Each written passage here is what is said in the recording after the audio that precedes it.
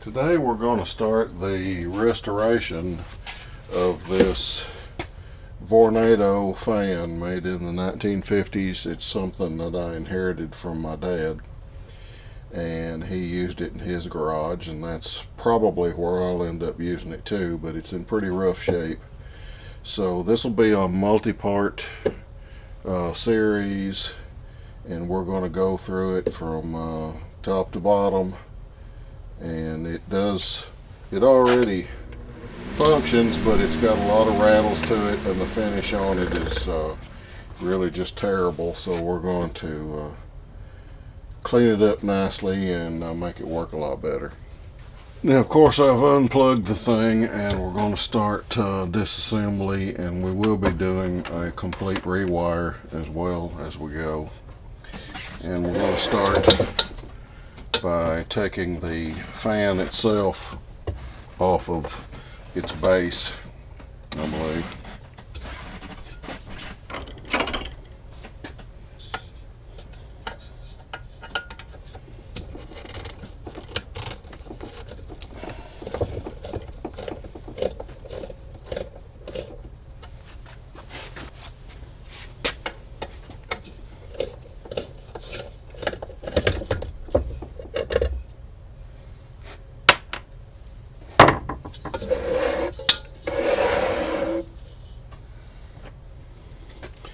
This is a number 3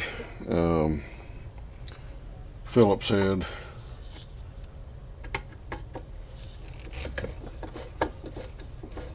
Machine screw on both sides. Take that off. These were manufactured, I believe, in the 1950s, and that's probably about the time that my dad got it, if I had to guess. We'll also go back in before we do reassembly at the end, and we will tap all of these machined holes so that we can be sure that everything fits nicely.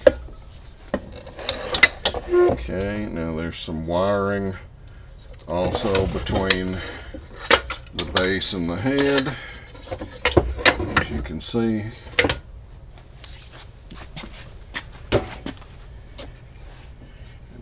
Since we're doing rewiring, we're going to go ahead and clip these off to make disassembly go a little bit nicer. So I'm going to get my pair of cutters here out of the drawer, and we'll cut sort of midway on these to give us some extra room in case we end up having to do some splicing for any reason.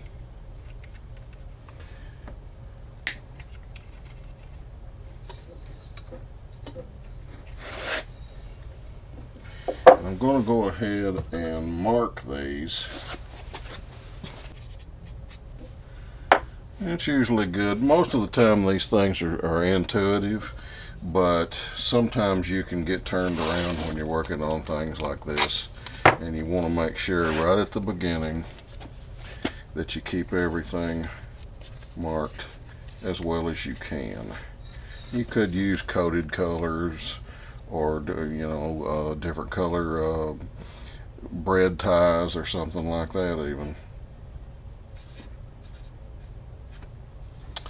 Then when we put it back together, we will just rewire it up to match. That saves us some headache possibly down the road, although I probably would know. I'll do this just to make sure that I don't mislead anyone else. Alright.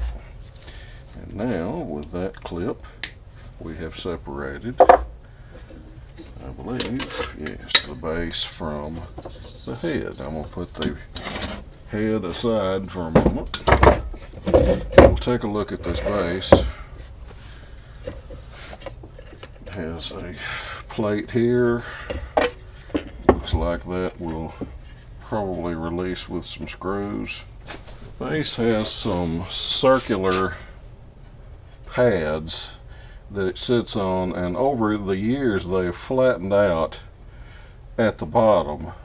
And what we will do as we put this thing back together, it looks like they are, yeah, riveted in, so we'll have to clip those out or cut them out, and then what we will do is we will rotate the pad around so that a side that hasn't been wearing is then down, and that will help to keep it level. It will also help to